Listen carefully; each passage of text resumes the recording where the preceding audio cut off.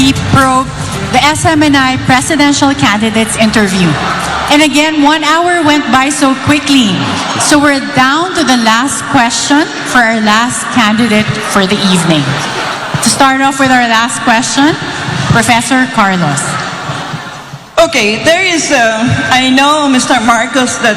Professor Carlos, I know you're gonna love me for this. You're wearing your sunglasses again. Sorry again. Ay, mag-forgive na kayo, ha? You will all be 75 also. Unless you die young. Hello. Humirit pa yan. Okay, Yes, ma'am. I have a sense that this will be the last time I shall interact with you in a venue like this. So, let me introduce something which I have tested in my class on elites in politics. And this involves moving into an area called predicting leadership decision-making. So I hope you don't mind if I give you 3 short questions, but they are related to each other. And it will give our people a chance to know you in terms of your leadership style. The first question is, do you think that you're basically an optimist rather than a pessimist? Number 2, do you think you are basically a high-risk taker rather than a low-risk taker? You'll notice the 2 are related. And the third question is, do you think you are Machiavellian? Well, the first question is if I'm an optimist or a pessimist. I'm essentially an optimist.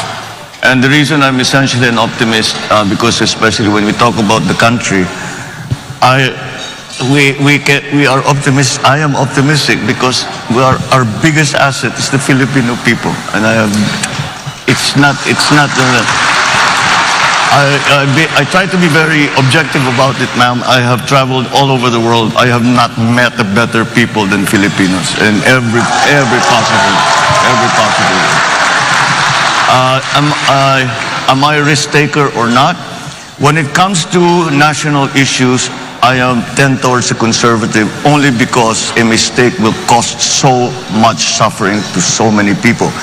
In other words, you have to be very careful with the decisions you make. And it's not something that you do offhand. You think about it very hard. You talk to as many people as you can. And you make absolutely certain that you have done everything that you can possibly do to make whatever your plan is, to make it work. Am I Machiavellian? Well, I've studied him quite thoroughly. And I know very many Machiavellians in my life. But Is it Machiavelli in terms of taking every means to produce an end? Not the other Machiavellian, you know, the bad Machiavellian. Well, certainly. We have to be everything that is going to help whatever it is that you are hoping to achieve. And on a national scale, that means you have to understand very well what the situation is on the ground. Ganito kasi ang sitwasyon ng mga tao, eto na ngayon sila. Nasa gitna pa ng pandemya, walang trabaho yung mga yan. Umaasa pa rin yan sa tupad, sa IX, etc. O paano tayo lalabas niyan? Where will what are the other countries doing? Kailangan maging maingat so I suppose in the same sense as you say that these questions were related, it's a way of being careful and being very, very knowledgeable about what are the things that have to come into play so that you will achieve success, whatever that success, however you define that success. So in that sense, yes, ma'am, I am a Machiavellian. Yeah, thank you.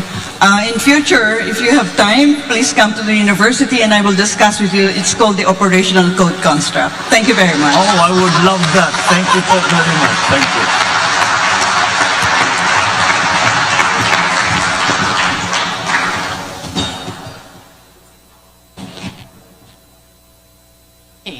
So sorry, I know we were getting requests for extension, but we want to be strict about keeping it to 1 hour for all the presidential candidates. So, Senator Marcos, you have the floor for your closing remarks. Well, first of all, I thank again our panelists and SMNI for this opportunity to speak on the many issues that have yet to be explored. And the format as well, I think, is quite constructive. So thank you to SMNI for that. Thank you to our panelists here. I hope to continue to lay out what programs that form a part of the platform, the planks of the platform, for the possibility for the next administration, for the possibilities for the next administration. And that's why such opportunities such as this are very, very important. And I hope that we have been able to impart some of the ideas that I'm examining and trying to put together to bring to the next administration should I be elected to the presidency. So we hope that we continue with this discussion. I hope that people come and think about it. And if they have any ideas, please come and tell us because we need to hear from everyone. We need everyone. That is the cry of the unity team, is that we cannot say that anyone is not needed. Everyone is needed in this effort that we are trying to do to get through the pandemic, to recover our economy from the problems that the pandemic has brought, and to position the Philippines to face the new world order and what will happen in the next few years. So thank you all very much, and thank you for the opportunity. Magandang gabi po sa inyo.